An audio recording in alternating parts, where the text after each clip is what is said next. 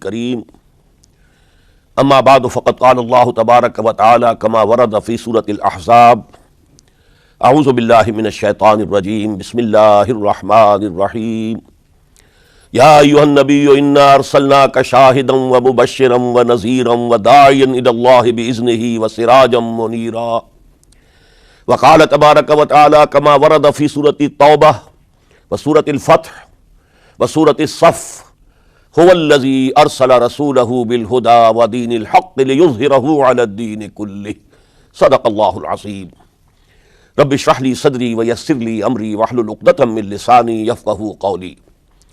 معزز حاضرین اور محترم ناظرین، السلام علیکم ورحمۃ اللہ وبرکاتہ۔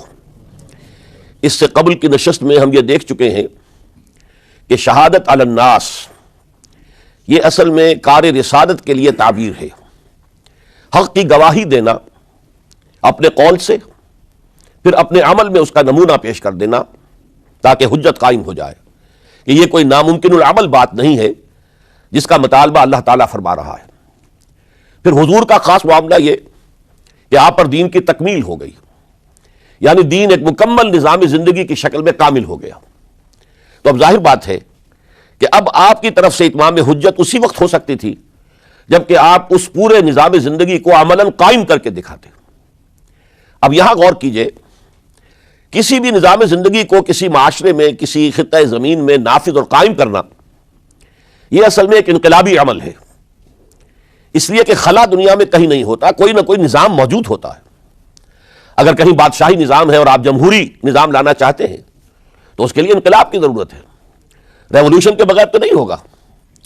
اگر کہیں سرمایہ دارانہ نظام ہے لیکن آپ اشتراکی نظام لانا چاہتے ہیں تو ریولوشن از نیسیسری۔ نظام کو بدلنا ایک انقلابی عمل ہے، اور اس میں آپ کو معلوم ہے کہ دو قوتیں ایک دوسرے کے بالمقابل آتی ہیں۔ ایک وہ جو انقلاب کے نام لیوا ہوتے ہیں، ہم یہ نظام لانا چاہتے ہیں، ظاہر بات ہے کہ وہ ایگزسٹنگ سسٹم کو کہتے ہیں یہ غلط ہے، یہ ظالمانہ ہے، یہ ریپریسو ہے، یہ ایکسپلائٹیٹو ہے، یہ ڈسکریمنیٹنگ ہے۔ اس نظام کو غلط کہیں گے تبھی ایک انقلاب کی ضرورت محسوس ہوگی۔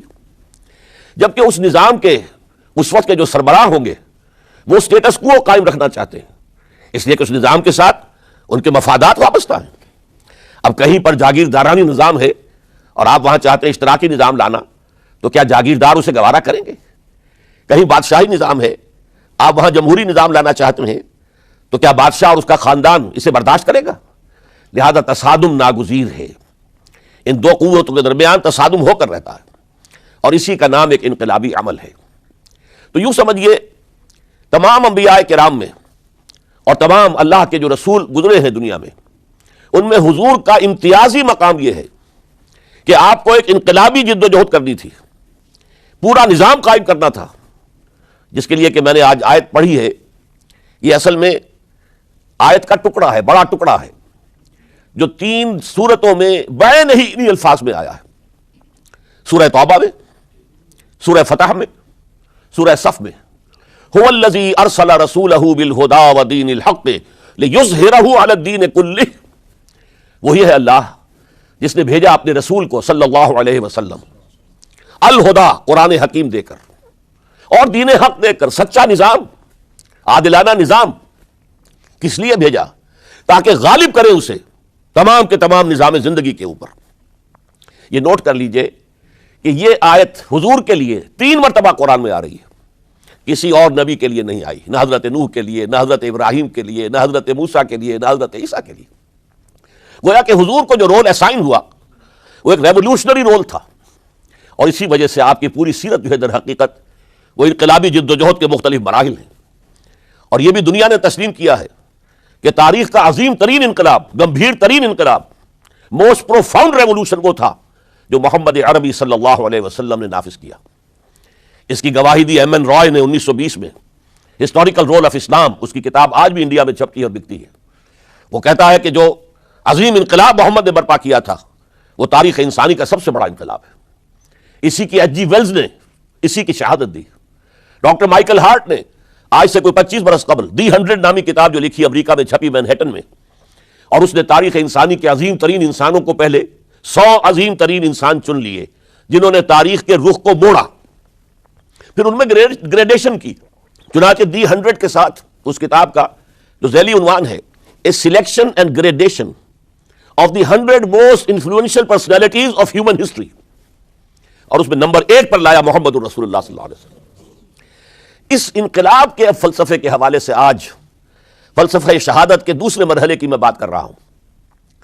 ہم اس سے پہلے دیکھ چکے ہیں اس انقلاب کو برپا کرنے کے لیے سینکڑوں صحابہ نے جام شہادت نوش کیا۔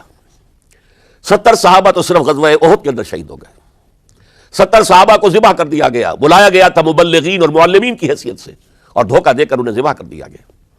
250 سے اوپر صحابہ کرام نے جام شہادت نوش کیا ہے۔ تب وہ انقلاب برپا ہوا، جاء الحق وزهق الباطل ان الباطل كان زهوقا۔ اب انقلابی عمل کا ایک خاصہ ہے، اسے آج سمجھیے گا۔ تو شہادتوں کا ایک دوسرا دور جو شروع ہوا ہے، جس کے سب سے بڑے مظہر ہیں شہادت عمر فاروق رضی اللہ تعالی عنہ، شہادت عثمان غنی رضی اللہ تعالی عنہ، شہادت علی مرتضی رضی اللہ تعالی عنہ۔ 4 خلفائے راشدین میں سے 3 نے جام شہادت نوش کیا۔ اس شہادت کا پس منظر کیا تھا، اب اسے سمجھیے۔ ہر ریولوشن کا ایک خاصہ ہوتا ہے، یہ جو کشاکش ہو رہی ہوتی ہے انقلاب کے علمبرداروں میں اور داعیوں میں، اور اپنے نظام، قدیمی نظام کو ڈیفینڈ کرنے والوں میں۔ گارڈ اپ یور لائنز، تمہارے انٹرسٹ، تمہارے مفادات پر زد پڑ رہی ہے، اپنے نظام کی حفاظت کرو۔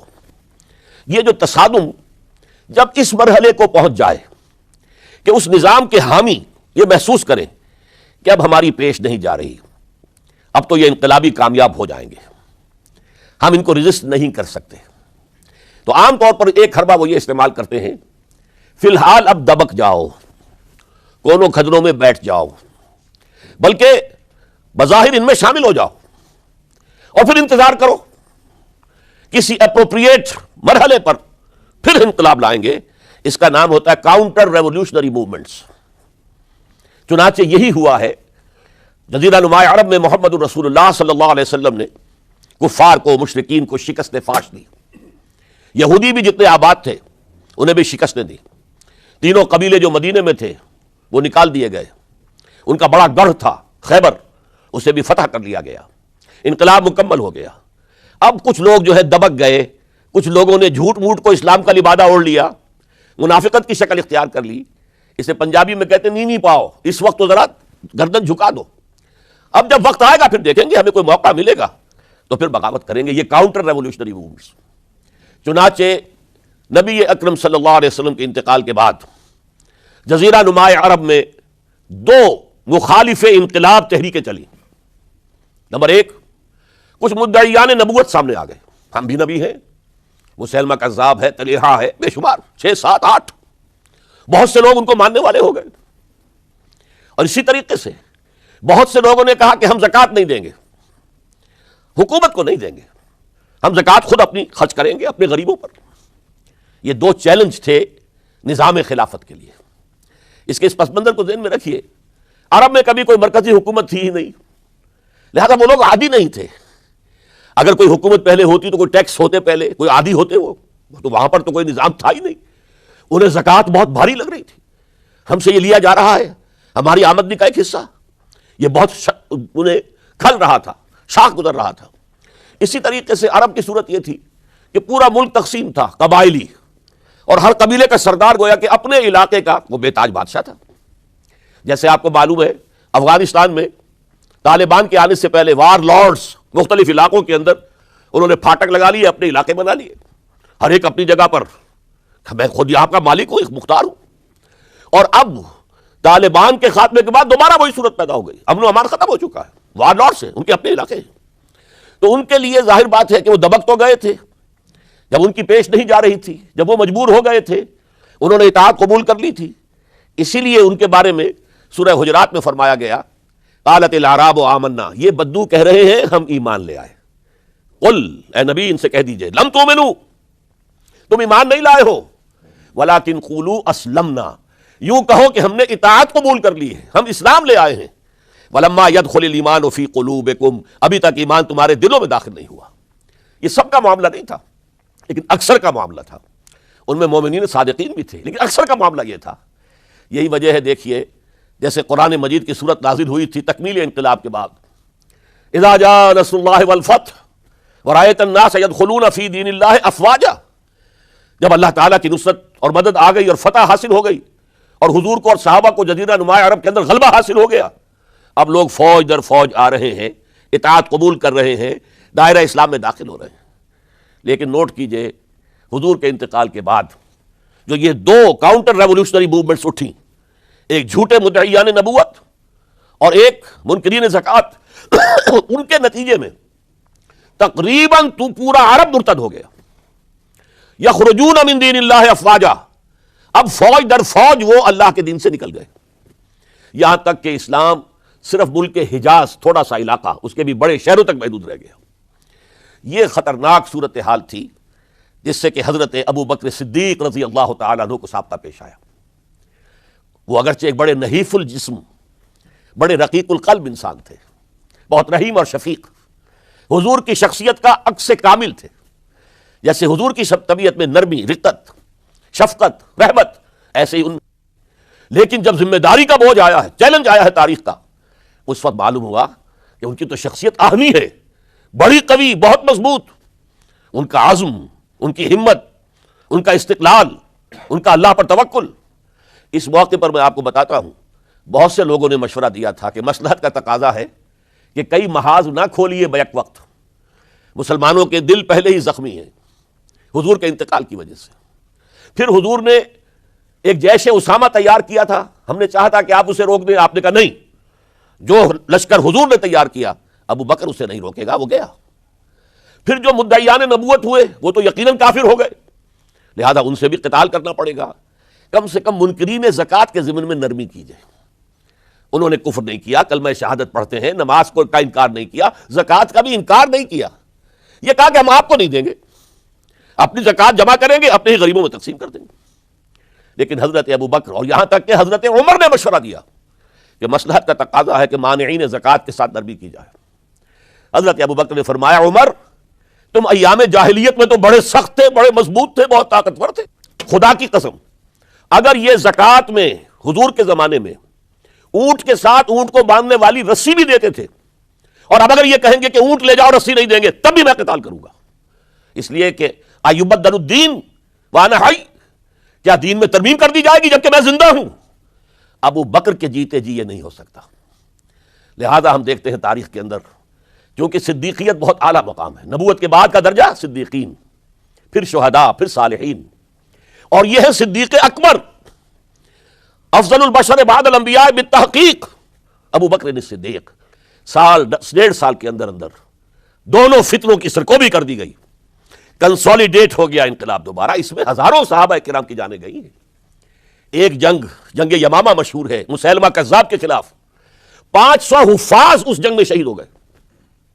تشویش ہو گئی کہ اگر حفاظ جو ہے اس طرح شہید ہو گئے تو کہیں قرآن گم نہ ہو جائے، ضائع نہ ہو جائے، کتابی شکل میں تو تھا ہی نہیں، وہ تو سینوں میں محفوظ تھا، اس لیے تجویز پیش کی گئی کہ اب اسے کتابی شکل میں، جیسے کتاب 2 جلد کے گتوں کے مابین ہوتی ہے، مابین دفتین مرتب کر دیا جائے، تب یہ کام کیا گیا۔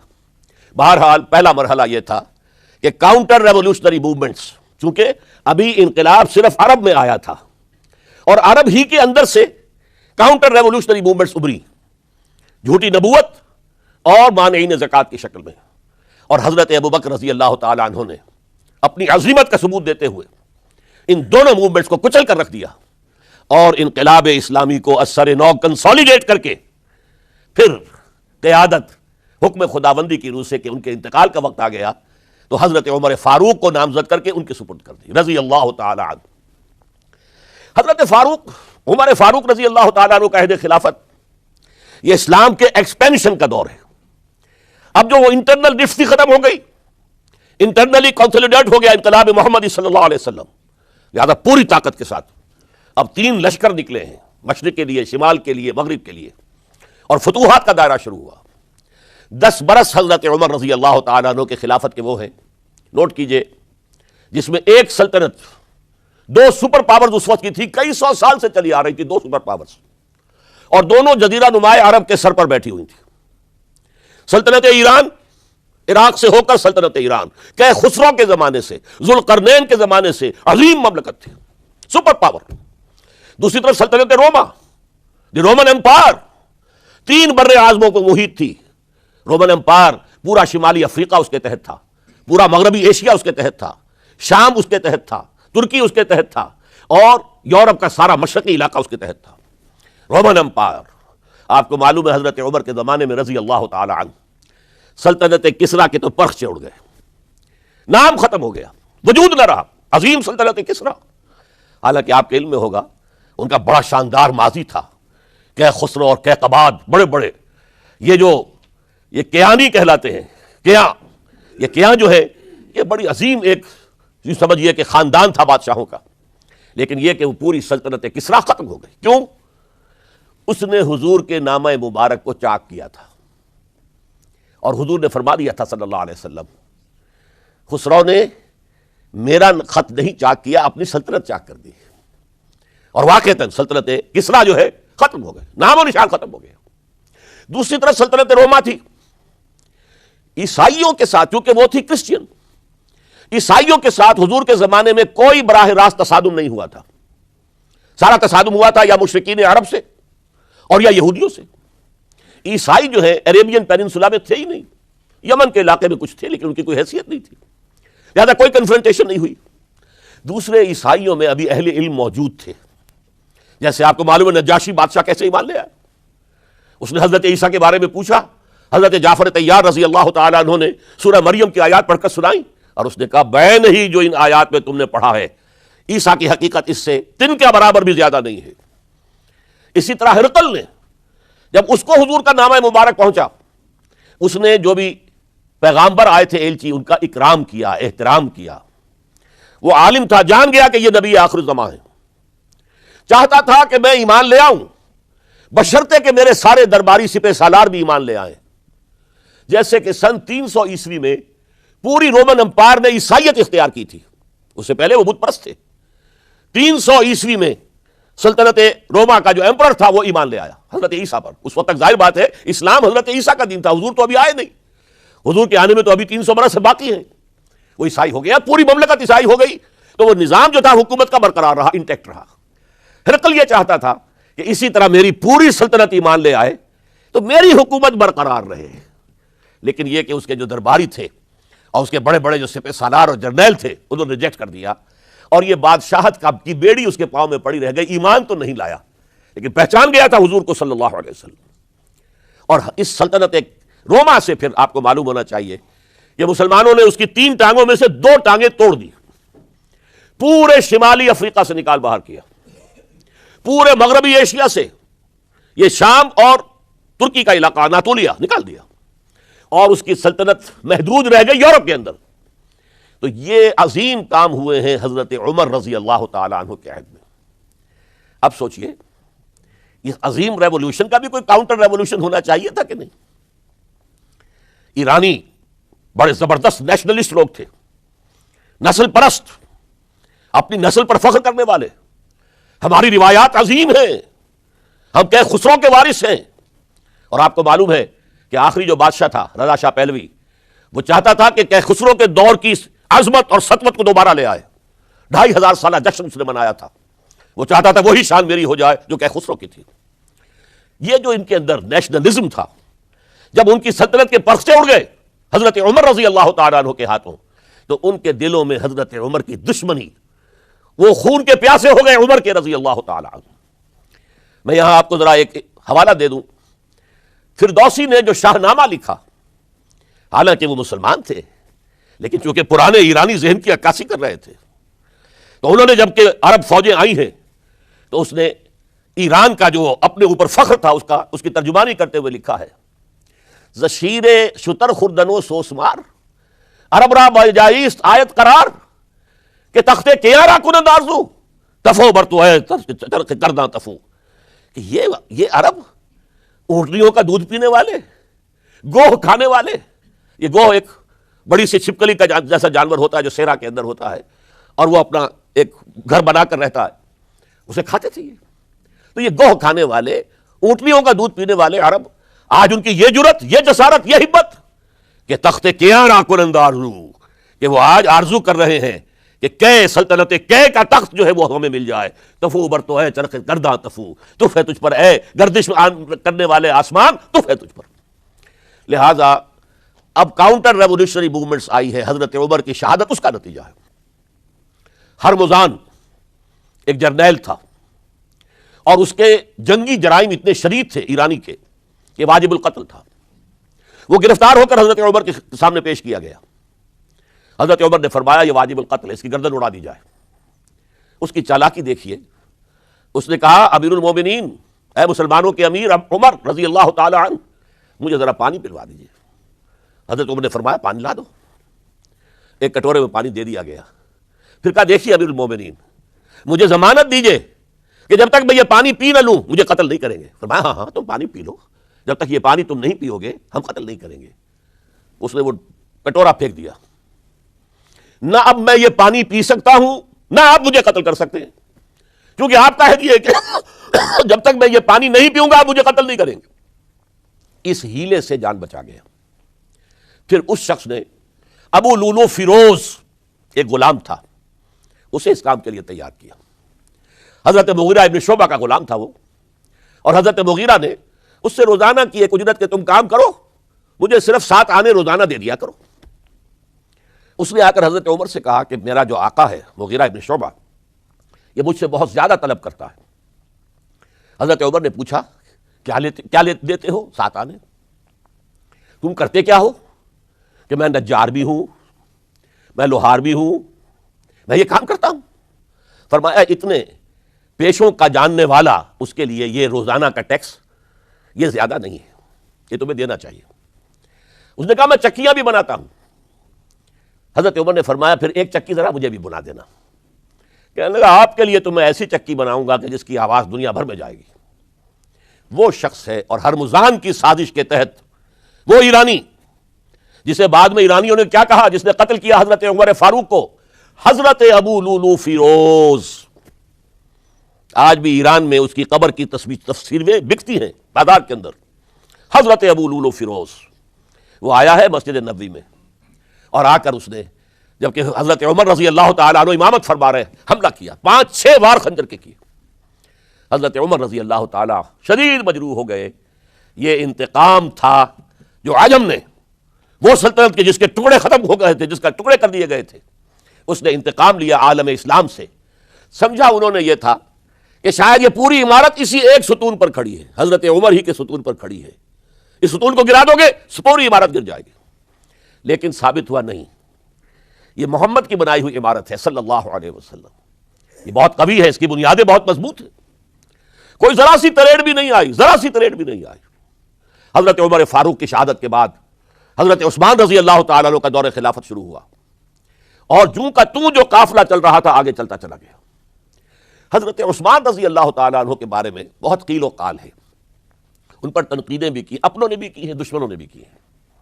لیکن بات جان لیجئے، یہ تاثر غلط ہے کہ ان کے پورے دور خلافت کے اندر فتنہ رہا یا ہنگامہ رہا. قتل غلط. 10 برس خلفائے راشدین میں طویل ترین دور خلافت حضرت عثمان کا ہے رضی اللہ تعالیٰ عنہ. 12 برس. حضرت ابو بکر کے تو 2.25 برس تھے، حضرت عمر کے 10 برس تھے، ان کا 12 برس. اور 12 میں سے 10 سال ایسے تھے بعین ہی جیسے حضرت عمر کے 10 سال تھے. امن و امان ہے، سکون ہے، چین ہے، اور قافلہ اسلام بڑھ رہا ہے، فتوحات کا دائرہ بڑھتا چلا جا رہا ہے، فتوحات سیلاب کے مانند آگے بڑھ رہی ہیں. تھمتا نہ تھا کسی سے سیل رواں ہمارا یہ سیل رواں کوئی روکنے والی کوئی طاقت دنیا میں رہی نہیں تھی.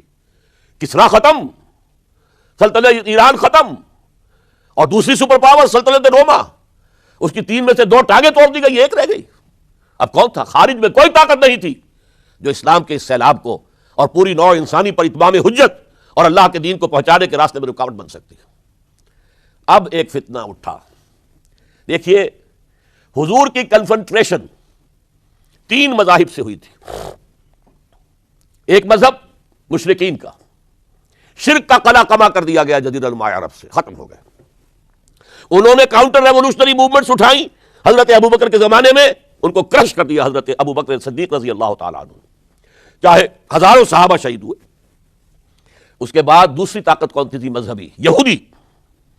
یہود کے 3 قبیلے مدینے میں آباد تھے، بنو قینقاع، بنو قریظہ، بنو نذیر۔ 2 کو مدینے سے نکال دیا گیا ان کی بدعہدی کی وجہ سے، حالانکہ حضور نے مدینہ تشریف لاتے ہی ان سے معاہدے کر لیے تھے۔ ان کا میثاق مدینہ یہ در حقیقت ایک پیکٹ تھا، جوائنٹ ڈیفنس آف مدینہ کا۔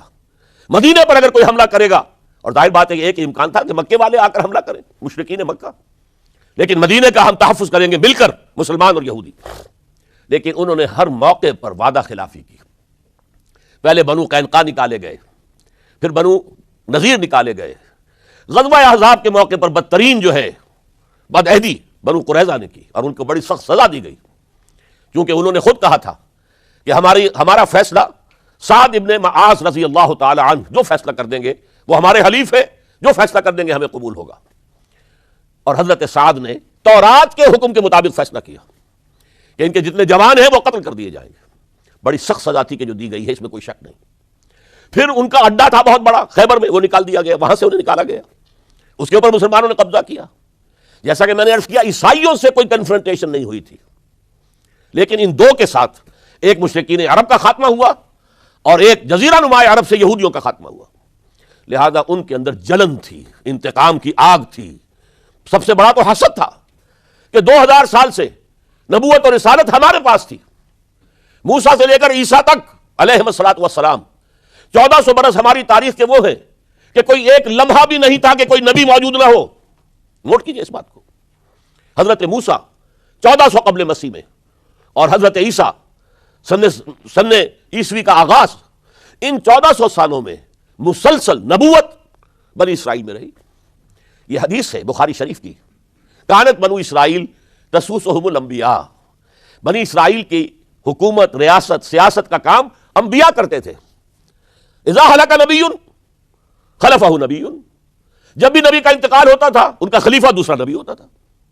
یہ چین ٹوٹی نہیں، 1400 برس آپ کو معلوم ہے۔ حضرت داؤد بادشاہ بھی ہے، خلیفہ بھی ہے، نبی بھی ہے۔ ان کے بیٹے حضرت سلیمان بادشاہ بھی ہے، نبی بھی ہے، خلیفہ بھی ہے۔ اسی طریقے سے یہ سلسلہ چلتا رہا۔ تورات انہیں دی گئی، انجیل انہیں دی گئی، زبور انہیں دی گئی، بے شمار صحیفے اور دوسرے چھوٹے نبیوں کو دیے گئے۔ لیکن پھر اللہ تعالیٰ نے نبی آخر الزماں کی حیثیت سے محمد الرسول اللہ کو چن لیا، جو اسرائیلی نہیں تھے، جو اسماعیلی تھے، حضرت ابراہیم کے بڑے صاحبزادے حضرت اسماعیل علیہ السلام کی اولاد میں سے۔ اس پر انہیں سخت رنج، حالانکہ وہ پہچانتے تھے حضور کو، ان کی کتابوں میں جو نشانیاں لکھی تھی وہ پوری حضور پر جو ہے مطابق ہو رہی تھی۔ قرآن کہتا ہے یعرفونہ کما یعرفون ابناہم، وہ ایسے پہچانتے ہیں محمد کو صلی اللہ علیہ وسلم جیسے کہ اپنے بیٹوں کو پہچانتے ہیں۔ لیکن انہوں نے نہیں مانا، بدترین دشمن، حسد کی آگ میں جلنے والے، اور آج تک وہی معاملہ ہے۔ ان کی نیچر تبدیل نہیں ہوئی ہے۔ اب جو کچھ قیامت صغریٰ آنے والی ہے مڈل ایسٹ میں، عراق پر حملے کے بعد جو کچھ ہوگا، اس سب کی سازش کس نے کی ہے؟ یہود نے۔ یہ ساری اسرائیلی سازش ہے۔ بہرحال یہ علیحدہ بات ہو جائے گی۔ اب انتقام یہودیوں کا آیا۔ یہودیوں کو یہ معلوم تھا ہم تعداد میں اتنے کم ہیں اور ڈسپرسڈ ہیں۔ سن 70 عیسوی میں ایک رومن جنرل ٹائٹس، اس نے حملہ کر کے یروشلم بیت المقدس کی اینٹ سے اینٹ بجائی، 1,33,000 یہودی ایک دن میں قتل کیے۔ اور ان کا سیکنڈ ٹیمپل جو تھا، جو حضرت سلیمان نے بنایا تھا، معبد، عبادت گاہ، ہم تو اسے مسجد کہیں گے، مسجد اقصیٰ، لیکن انہوں نے اسے کہا ہیکل، ٹیمپل، اس کو گرا دیا تھا نبوکڈنضر نے 587 عیسوی میں۔ دوبارہ انہوں نے بنایا، اسے ٹائٹس نے گرا دیا، وہ آج تک گرا پڑا ہوا ہے، آج تک۔ صرف ایک دیوار اس کی سلامت ہے جسے وہ ویلنگ وال کہتے ہیں، وہاں جا کر ماتم کرتے ہیں، روتے ہیں، پیٹتے ہیں۔ اور اس کو اس وقت سے نکال دیا گیا یہودیوں کو، نکل جاؤ فلسطین سے، بھاگ جاؤ یہاں سے، دفع ہو جاؤ۔ لہٰذا وہ ڈسپرس ہو گئے، کوئی یورپ چلے گئے، کوئی روس چلے گئے، کوئی ہندوستان چلے گئے، کوئی افریقہ کے ممالک میں چلے گئے، کچھ ایران میں آ گئے۔ یہ سب، اس کو وہ کہتے ہیں ڈایاسپورا، ہمارا وہ دور جس میں ہم دنیا میں منتشر تھے۔ جب پوری دنیا میں منتشر تھے تو ظاہر بات ہے کسی فوجی مہم کے ذریعے سے مسلمانوں سے انتقام لینا ممکن نہیں تھا، لیکن انتقام لیا ایک ایسی سازش کے ذریعے سے، ایک ایسا فتنۃ الکبریٰ جو ہے برپا کیا ہے، جس کا کہ میں ابھی آپ سے اندازہ کرتا ہوں، جس کے نتیجے میں حضرت عثمان رضی اللہ تعالیٰ عنہ شہید ہوئے۔ اس کو یوں سمجھیے کہ حضور کے دور میں جن لوگوں نے شہادتیں پیش کی، انہوں نے اسلام کو قائم کرنے کے لیے شہادتیں دی۔ اب دور خلافت راشدہ میں جو شہادتیں پیش کی گئیں وہ اسلام کو قائم رکھنے کے لیے، جو عمارت بن گئی ہے اب گرنے نہ پائے، اسے دشمن گرا نہ دے، اس ڈیفنس کے اندر، اس تحفظ کے اندر جانے دی، ہزاروں نے دی۔ چنانچہ ایک یہودی عبداللہ ابن سبا، یمن کا رہنے والا، اسلام کا لبادہ اوڑھ کر آتا ہے منافق بن کر، حالات کا جائزہ لیتا ہے، کہاں پانی مرتا ہے، کس طریقے سے میں ان میں انتشار پیدا کر سکتا ہوں، کس طریقے سے مسلمانوں کو آپس میں لڑا سکتا ہوں۔ اس نے آ کر، دیکھیے تاریخ کے اندر اس سے پہلے بھی ہوا تھا، حضرت عیسیٰ کے دین، اصل دین کو ختم کرنے والے سینٹ پال، جب تک حضرت مسیح دنیا میں تھے سینٹ پال بدترین دشمن تھا حضرت عیسیٰ کا، لیکن جب حضرت عیسیٰ کو اٹھا لیا گیا رفع سماوی کے بعد، وہ عیسائیت کا لبادہ اوڑھ کر آ گیا۔ مجھے عیسیٰ کی زیارت ہوئی ہے، میں ان پر ایمان لے آیا ہوں، اور اس کے بعد حضرت عیسیٰ کے دین کو ختم کر کے رکھ دیا، توحید کو تثلیث میں بدل دیا۔ اس سے بڑی تباہی کیا ہوگی؟ اور حضرت عیسیٰ کہہ کر گئے تھے کہ میں صرف بنی اسرائیل کے گھرانے کی کھوئی ہوئی بھیڑوں کی تلاش میں آیا ہوں۔ اس نے جینٹائلز، غیر یہودی جو ہے، ان کے اندر بھی اپنی دعوت و تبلیغ کا معاملہ شروع کیا۔ نمبر 3، حضرت عیسیٰ کہہ کر گئے تھے، دیکھنا یہ نہ سمجھنا کہ میرے آنے سے شریعت موسوی ختم ہو گئی ہے، don't think I have come to destroy law, the Mosaic law, Hazrat Musa کی شریعت لاگو رہے گی تم پر۔ سینٹ پال نے ساقط کر دیا۔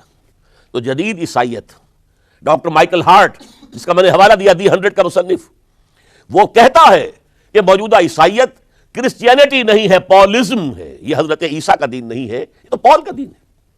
ایک شخص نے یہ کام کر دیا۔ اسی طرح کا ایک شخص آیا تھا عبداللہ ابن سبا، اس نے سب سے پہلے تو دیکھا کہ اس معاشرے کے اندر قریش کے 2 گھرانوں کی بڑی پرانی چشمک ہے، بنو امیہ، بنی ہاشم، پرانی ان کے اندر قبائلی چشمک چلی آ رہی ہے۔ اسلام نے آ کر اسے دبا دیا، ختم نہیں ہوتی یہ چیزیں، نسل بعد نسل چلتی ہیں، اندر دبی رہتی ہیں۔ آگ بجھی ہوئی نہ جان، آگ دبی ہوئی سمجھ۔ اس نے جان لیا کہ یہ بہترین موقع ہے، اگر اس قبائلی عصبیت کو میں ہوا دے سکوں تو مسلمان منقسم ہو جائیں گے، ایک دوسرے کے ساتھ دست و گریبان ہو جائیں گے۔ اس نے آتے ہی کہنا شروع کیا، خلافت کا حق بنو ہاشم کا ہے، یہ عثمان، یہ بنو امیہ میں سے ہے، بنو امیہ کو کوئی حق نہیں ہے خلافت کا۔ 2 پہلے جو خلیفہ تھے، حضرت ابوبکر، حضرت عمر، وہ نہ ہاشمی تھے نہ اموی تھے۔ حضرت ابوبکر بنو تیم میں سے تھے، نہ ہاشمی نہ اموی۔ حضرت عمر بنو علی میں سے تھے، نہ ہاشمی نہ اموی۔ حضرت عثمان تھے بنو امیہ میں سے۔ اب یہاں دکھتی ہوئی رگ کو اس نے چھیڑا، حضور ہاشمی تھے، بنو ہاشم کا حق ہے خلافت، عثمان غاصب ہے معاذ اللہ رضی اللہ تعالی عنہ، پچھلے دونوں بھی غاصب تھے، خلافت حق ہے بنو ہاشم کا۔ پھر حضرت علی کی شان میں، یہاں تک کہ یہ تو خدا حلول کیے ہوئے علی کے اندر، یہ گاڈ انکارنیٹ ہے، یہ خدا ہے۔ دیکھیے توحید بھی ختم کی، اس نے تثلیث بنائی تھی، اور حضرت عیسیٰ کو خدا کا بیٹا بنایا تھا، اس نے حضرت علی کو خدا بنا دیا۔ اور آپ کو معلوم ہونا چاہیے آج بھی نصیری شیعہ دنیا میں موجود ہیں جو حضرت علی کو خدا کہتے ہیں، دی گاڈ انکارنیٹ، کہ اللہ جو ہے حلول کر گیا تھا حضرت علی کے اندر رضی اللہ تعالیٰ، معاذ اللہ ثم معاذ اللہ ثم معاذ اللہ۔ پھر اس نے ایک طریقہ اختیار کیا، حضرت عثمان پر تنقیدیں شروع کی، حضرت عثمان کے گورنرز کے خلاف جھوٹے الزامات لگانے شروع کیے، اڈے بنا لیے بصرہ میں، کوفہ میں، مصر میں، اور وہاں بصرے میں کوفے کے امیر کے خلاف اس نے یہ کر دیا، اس نے یہ کر دیا، اس نے خیانت کی، اس نے فلاں کیا، بیت المال پہ ڈاکہ ڈالا۔ اور کوفے میں بصرہ کے امیر کے خلاف، شام میں دمشق میں مصر کے گورنر کے خلاف، اور مصر میں جا کر شام کے گورنر کے خلاف، اور ہر جگہ حضرت عثمان رضی اللہ تعالیٰ عنہ کے خلاف۔ اب آپ کو معلوم ہے اس دنیا میں تو اطلاعات بھی نہیں پہنچتی تھی آسانی سے، کئی دن میں جا کر، کئی ہفتوں میں جا کر تو خط پہنچتے تھے، کوئی ٹیلی فون نہیں، کوئی تار نہیں، کوئی بے تار برقی نہیں، کچھ بھی تو نہیں، وائرلیس نہیں، کچھ نہیں۔ لہٰذا یہ فتنہ بڑھتا رہا اندر ہی اندر، اور پھر ہر جگہ سے بلوائی، وہ جو سبائی کہنا چاہیے، وہ مدینے میں آ گئے، گھیرا کر لیا، اور مطالبہ کیا کہ حضرت عثمان مستعفی ہو جائیں، خلافت چھوڑ دیں۔ حضرت عثمان نے کہا تمہارے کہنے سے میں نہیں چھوڑ سکتا۔ ان پر جب الزامات لگائے گئے، انہوں نے ہر الزام کی صفائی پیش کر دی۔ اس صفائی کے پیش کرنے والوں میں سب سے بڑھ کر خود حضرت علی تھے رضی اللہ تعالی عنہ۔ مسجد نبوی میں آ کر انہوں نے ان بلوائیوں کو جمع کیا، اور حضرت عثمان کے خلاف جو بھی الزام لگائے گئے تھے ان سب کی صفائی اور جواب دیا اس کا۔ لیکن بلوائی جو ہے اڑے ہوئے تھے، ادھر سے حضرت امیر معاویہ وہ عامل تھے، گورنر تھے شام کے، انہیں اطلاع مل رہی ہے، وہ کہتے ہیں آپ ہمیں اجازت دیجیے ہم فوج لے کر آئیں اور ان کے ٹکڑے اڑا دیں۔ لاکھوں کی فوجیں تھی کھڑی ہوئی، حضرت عثمان کی مملکت کا آپ تصور کر سکتے ہیں؟ قرآن میں عظیم ترین حکمران کے نام سے کے حوالے سے نام آیا ذوالقرنین کا، ذوالقرنین یا خسرو یا سائرس، اس کی سلطنت سے کم 2 گنا بڑی سلطنت تھی جس پر حضرت عثمان رضی اللہ تعالی عنہ حکومت کر رہے تھے۔ مصر سے عمرو بن العاص کہہ رہے ہیں کہ آپ اجازت دیجئے میں فوج لے کر آؤں اور ان کا ٹکڑا کر دیا جائے، تکہ بوٹی کر دی جائے۔ حضرت عثمان کا فیصلہ تھا یہ مجھے قتل کر دیں تو قصاص لے لینا، لیکن میں اپنی جان کے تحفظ کے لیے کسی کلمہ گو کا خون بہانے کو تیار نہیں۔ حضرت طلحہ، حضرت زبیر، حضرت علی کہہ رہے ہیں آپ اجازت دیجئے کہ ہم ان کے خلاف جنگ کریں، مدینے میں بیٹھے ہوئے۔ فرماتے نہیں، ان کے خلاف جنگ کی اجازت میں نہیں دے سکتا۔ یہ میری ذاتی مجھ پر تنقیدیں کر رہے ہیں، ذاتی دشمنی ہے، میں اپنی ذات کے تحفظ کے لیے کسی کلمہ گو کا خون جو ہے نہیں بہاؤں گا۔ لاکھوں کی فوجیں موجود تھیں، لیکن حضرت عثمان نے یہ طے کیا میں اپنی جان کے تحفظ کے لیے میں نہیں ہاتھ اٹھاؤں گا، میں کسی اور کو اجازت نہیں دوں گا کہ ان کے خلاف جنگ کرے۔ ہاں یہ میرے دشمن ہے، میری جان لے لیں، جب جان لے لیں گے تو قصاص لے لینا۔ یہ معاملہ ہوا ہے، اور پھر نہایت ہی بے رحمی کے ساتھ، نہایت بے رحمی کے ساتھ، نہایت بے رحمی کے ساتھ، اور نوٹ کیجئے حضرت علی کے دونوں صاحبزادے حضرت حسن، حضرت حسین رضی اللہ تعالیٰ عنہ اجمعین، وہ حضرت عثمان کے دروازے پر پہرا دے رہے ہیں کہ کوئی بلوائی، کوئی حضرت عثمان کو قتل کرنے کے ارادے سے گھر میں داخل نہ ہو سکے۔ وہ گھر کے پچھواڑے سے دیوار پھلانگ کر آئے ہیں اندر، اور حضرت عثمان جب قرآن پڑھ رہے تھے اس حالت میں انہیں شہید کیا ہے۔ ان کی بیوی نائلہ نے ہاتھ آگے کیا ہے روکنے کے لیے تو ان کی انگلیاں کٹ گئیں، اور انگلیوں کا خون جو ہے اس مصحف پر قرآن مجید میں اس صفحے کے اوپر حضرت عثمان کے خون کے دھبے لگ گئے۔ یہ حالات ہوئے حضرت عثمان کی شہادت کے، کہ انہوں نے چاہا وہ نظام قائم رہے، یہودیوں کا انتقام، یہودیوں کی سازش، اور ایسی سازش ہے کہ جس کے نتیجے میں اس کو کہا گیا الفتنۃ الکبریٰ، عظیم ترین سانحہ، عظیم ترین فتنہ۔ اور اس کے بعد جو خانہ جنگی ہوئی ہے، حضرت علی رضی اللہ تعالی عنہ اس کے بعد خلافت قبول کرنے کو تیار نہیں تھے، حضرت طلحہ قبول کرنے کو تیار نہیں تھے، کوئی بھی تیار نہیں۔ کیوں؟ یہ بلوائی ہے اس وقت یہاں پر، یہ کہہ رہے ہیں کہ تم خلیفہ بن جاؤ، تو جو بھی اس وقت خلیفہ بنے گا وہ ان کے ہاتھ میں کٹپتلی بن جائے گا۔ بالآخر حضرت علی نے، ظاہر بات ہے کہ امت کو بغیر امام کے تو نہیں چھوڑا جا سکتا، بغیر امیر کے نہیں ہوگا تو شیرازہ منتشر ہو جائے گا۔ اب جو ہونا تھا ہو گیا، حضرت عثمان شہید ہو گئے رضی اللہ تعالی عنہ، لیکن بہرحال اب امت کا نظم تو قائم رکھنا ہے نا۔ حضرت علی نے بیعت قبول کر لی رضی اللہ تعالی عنہ، لیکن حضرت امیر معاویہ، عمرو بن العاص، ان دونوں نے کہا کہ حضرت علی اگر حضرت عثمان کے خون کا قصاص لے لیں، قاتلان عثمان کو اگر قتل کریں تو ہم بیعت کریں گے، ہم مدعی خلافت نہیں ہے، خلافت علی کی ٹھیک ہے رضی اللہ تعالی عنہ، لیکن سب سے پہلا مطالبہ ہمارا یہ ہے کہ حضرت عثمان کے خون کا قصاص لیا جائے۔ حضرت علی رضی اللہ تعالیٰ عنہ کے لیے بعض وجوہ سے ایسا کرنا ممکن نہیں ہوا۔ نتیجہ کیا نکلا؟ سب سے زیادہ اندوہناک اسلامی تاریخ کا یہ دور ہے۔ حضرت علی کے دور خلافت میں باہمی خانہ جنگی رہی مسلسل۔ جنگ جمل حضرت عائشہ صدیقہ کمانڈ کرتی ہوئی آئی ہیں، طلحہ اور زبیر ان کے ساتھ ہیں، اور اگرچہ حضرت علی رضی اللہ تعالیٰ عنہ کے ساتھ ان کی صلح ہو گئی، لیکن وہ جو بلوائی تھے، جو چاہتے نہیں تھے کہ امن ہو، وہ تو در حقیقت اسلام کے حصے بکھرے کرنے کے لیے آئے تھے، اسلام کی مملکت کو تباہ کرنے آئے تھے۔ انہوں نے فوری طور پر حملہ کر دیا حضرت عائشہ رضی اللہ تعالیٰ عنہ کے لشکر پر۔ اب ظاہر بات ہے کہ جنگ شروع ہو جائے تو پھر کون دیکھ سکتا ہے، آئدر کل اور بھی کل، دو شکلیں دو ہی ہوتی ہیں۔ ایک رات میں 10,000 مسلمان شہید ہوئے، قتل ہوئے۔ الفتنۃ الکبریٰ، عشرہ مبشرہ میں سے حضرت طلحہ، حضرت زبیر دونوں شہید ہو گئے۔ پھر اس کے بعد بھی بات تو ختم نہیں ہوئی، حضرت معاویہ رضی اللہ تعالیٰ عنہ وہ فوج لے کر آئے۔ پھر جنگ صفین، جنگ صفین، جنگ صفین، 74,000 مسلمان ایک دوسرے کی تلواروں سے اور ایک دوسرے کے نوزوں سے ختم ہو گئے۔ ذرا اندازہ کیجئے، 1,00,000 کے قریب مسلمان ختم ہو گیا۔ نہ یہودی کو کچھ کرنے کی ضرورت پیش آئی، نہ کسی اور کو کوئی حملہ کرنے کی ضرورت پیش آئی، آپس میں خانہ جنگی۔ 4.5 برس حضرت علی رضی اللہ تعالی عنہ ان کا دور خلافت ہے، پورا کا پورا باہمی خانہ جنگی کی نظر ہو گیا۔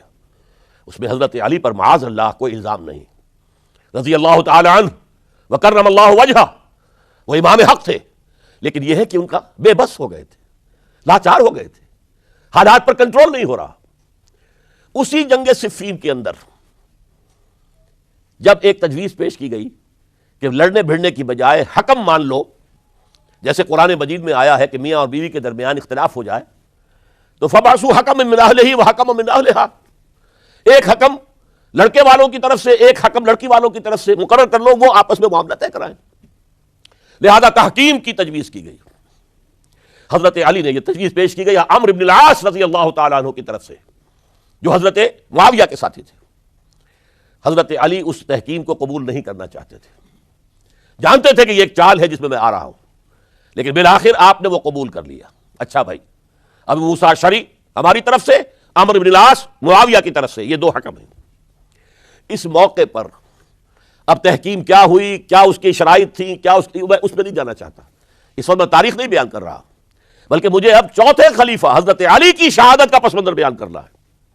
اور ہزاروں شہادتیں ہو رہی ہیں، لیکن اس دور کی شہادتوں میں سب سے چوٹی پر حضرت عمر کی شہادت، حضرت عثمان کی شہادت، حضرت علی کی شہادت رضی اللہ تعالیٰ عنہم اجمعین۔ اس وقت حضرت علی کے جو حامی تھے، انہی میں سے ایک فرقہ علیحدہ ہو گیا کہ یہ تحکیم کفر ہے، ان الحکم الا للہ، حکم کا فیصلے کا اختیار اللہ کے سوا کسی کو نہیں ہے، لہذا یہ جو کیا ہے یہ غلط ہے۔ اور اس حد تک چلے گئے کہ جنہوں نے یہ تحکیم کو قبول کیا وہ کافر ہو گئے، علی بھی کافر، معاویہ بھی کافر، عمرو بن العاص بھی کافر، جنہوں نے مانا کافر۔ یہ لوگ کہلاتے خوارج تھے، یہ حضرت علی کی فوج میں شامل، حضرت علی کے حامی تھے، حضرت علی کی جماعت میں سے تھے، لیکن بس ایک غلطی، جذبات کے اندر آ کر، غصے کے اندر آ کر اس درجے، اور وہ حضرت علی سے علیحدہ ہو گئے۔ اس کے بعد انہوں نے اپنی ایک کانفرنس کی، ایک جنگ بھی ہوئی، پھر حضرت علی کو ان کے خلاف جنگ کرنی پڑی، وہ جنگ نہروان کہلاتی ہے، جن میں کہ ان خوارج کو حضرت علی نے بہت بڑی شکست دی۔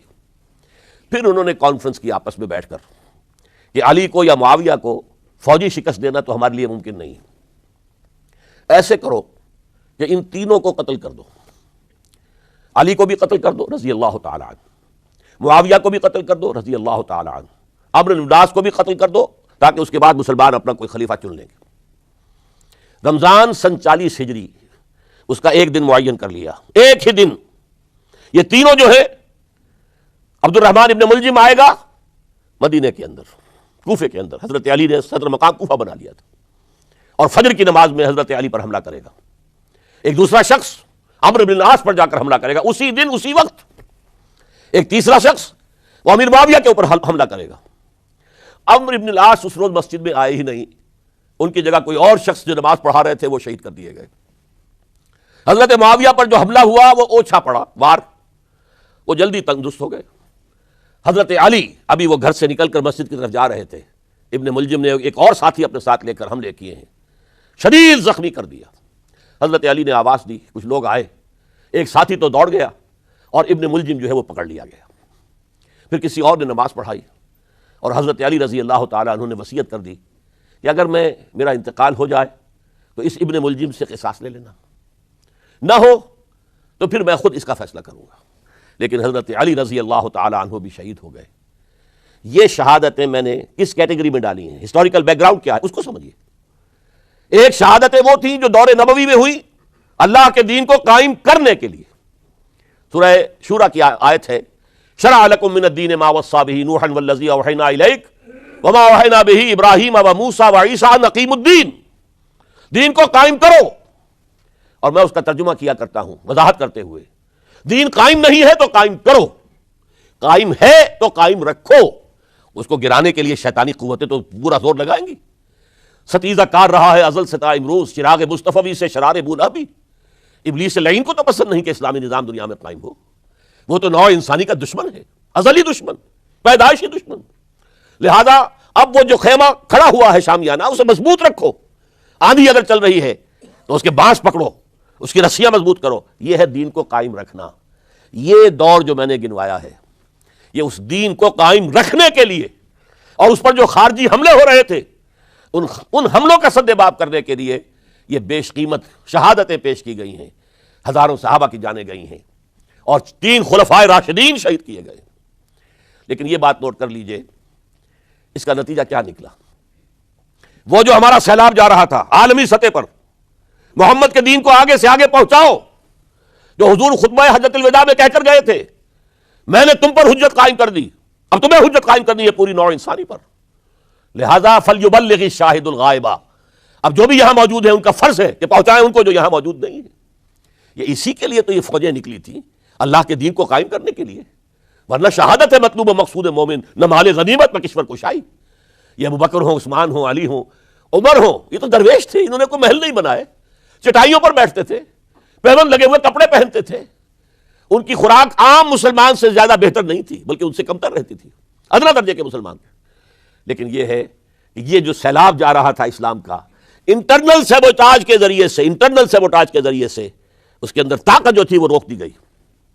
آپ دیکھتے ہیں سنتے ہوں گے، اگر کوئی انکلائن ہو، چڑھائی ہو، اور ٹرک جو ہے لوڈڈ ہے، چل رہا ہے، زور لگا لگا کے انجن جو ہے گوں گوں گوں کر کے چل رہا ہے، اگر خدا نہ خواستہ انجن بند ہو جائے ایک دفعہ، اسے کہتے ہیں موشن ٹوٹ گیا، اب یہ ڈرائیور جانتا اس کی جان پر بن گئی، اب اس کو دوبارہ سٹارٹ کرنا آسان کام نہیں ہے۔ تو اسلامی سیلاب کا کہ جس کے بارے میں کیفیت یہ تھی کہ تھمتا نہ تھا کسی سے سیل رواں ہمارا سیل رواں روکنے والا کون رہ گیا تھا؟ سلطنت کسریٰ ختم ہو چکی تھی، سلطنت روما کی دو ٹانگیں ٹوٹ چکی تھی، اس کو روکا ہے یہودی سازش نے انٹرنل سیبوٹاج کے ذریعے۔ 1 لاکھ مسلمان تو ایک دوسرے کی تلواروں سے ہی مارے گئے۔ خلافت راشدہ کا یہ نظام یہ پھر ایک سیڑھی نیچے اتر گیا۔ اس کے بعد دور بنو امیہ شروع ہوا ہے۔ عارضی سا حصہ یہ ہے کہ حضرت علی سے کہا گیا کہ ہم آپ کے بیٹے حضرت حسن کے ہاتھ پر بیعت کر لیں، آپ نے فرمایا نہ میں تمہیں روکتا ہوں نہ تمہیں حکم دیتا ہوں، یہ تمہارا معاملہ ہے۔ 12 لوگوں نے حضرت حسن کے ہاتھ پر بیعت کر لی۔ اب حضرت معاویہ کا اور حضرت حسن کا معاملہ شروع ہوا۔ حضرت حسن نکلے 50,000 کی فوج لے کر، اس وقت سے بہت بڑی فوج لے کر امیر معاویہ آئے، لیکن حضرت حسن رضی اللہ تعالیٰ نواسۂ رسول، اور ان کے بارے میں یہ کہا جاتا ہے کہ حضور سے بہت مشابہ تھے مزاج میں اور شکل و صورت میں، اور کہتے ہیں کہ یہ اوپر کا حصہ جو ہے اس میں بہت مشابہت تھی حضور میں اور حضرت حسن میں۔ اور حضرت حسن کے بارے میں حضور نے ان کے بچپن میں فرمایا تھا میرا یہ بیٹا مسلمانوں کے 2 گروہوں کے مابین صلح کرائے گا، اور وہی معاملہ ہوا۔ حضرت حسن نے جب دیکھا کہ یہ خون ریزی کب تک چلے گی، انہوں نے صلح کی پیشکش کی حضرت امیر معاویہ کو۔ امیر معاویہ نے سادہ کاغذ بھیج دیا کہ جو چاہے شرطیں آپ لکھ دیں میں مانتا ہوں، سادہ کاغذ جسے آپ کہیں گے بلینک چیک۔ حضرت حسن رضی اللہ تعالیٰ عنہ نے شرائط لکھ دی، حضرت امیر معاویہ نے قبول کر لی، جنگ ختم ہو گئی۔ اب خلافت ہوئی حضرت معاویہ کی رضی اللہ تعالیٰ عنہ۔ لیکن حضرت معاویہ اگرچہ جلیل القدر صحابی ہیں، نوٹ کر لیجئے، حضور کے برادر نسبتی ہیں، حضور کے سالے ہیں، ان کی ہمشیرہ ام حبیبہ رضی اللہ تعالیٰ عنہ حضور کی زوجہ محترمہ ہیں، ابو سفیان کے یہ بیٹے ہیں، ابو سفیان کی وہ بیٹی ہیں، اور ان کے بارے میں حضور نے فرمایا اللہم اجعلہ ہادیا مہدیا، دعا کی اے اللہ اس معاویہ کو ہادی ہدایت دینے والا اور مہدی ہدایت یافتہ بنا دے۔ اس کے باوجود حضرت معاویہ کے دور حکومت یا دور خلافت کو خلافت راشدہ میں تسلیم نہیں کیا جاتا، اس لیے کہ انہیں مسلمانوں نے اپنی رائے سے نہیں چنا تھا، اپنے طاقت کے بل پر وہ حکومت جو ہے انہوں نے حاصل کی تھی، چاہے حضرت حسن نے دستبرداری کر کے دے دی، لیکن ظاہر بات ہے کہ یہ مسلمانوں کے مشورے سے نہیں ہوا تھا، لہذا ان کا دور خلافت راشدہ میں شامل نہیں ہے۔ خلافت راشدہ ابو بکر، عمر، عثمان، علی، اور مزید شامل کرنا ہو تو 6 مہینے حضرت حسن کے رضی اللہ تعالیٰ عنہ، وہ بھی طاقت کے بل پر نہیں آئے تھے، مسلمانوں نے انہیں چنا تھا۔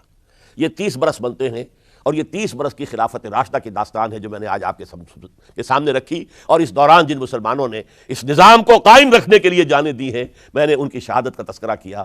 اقول قولی ھذا واستغفر اللہ لی ولکم ولسائر المسلمین والمسلمات۔ جسے دیکھنی ہو جنت وہ نبی کے در سے گزرے، وہ جدھر سے گزرے، یہ ادھر سے گزرے۔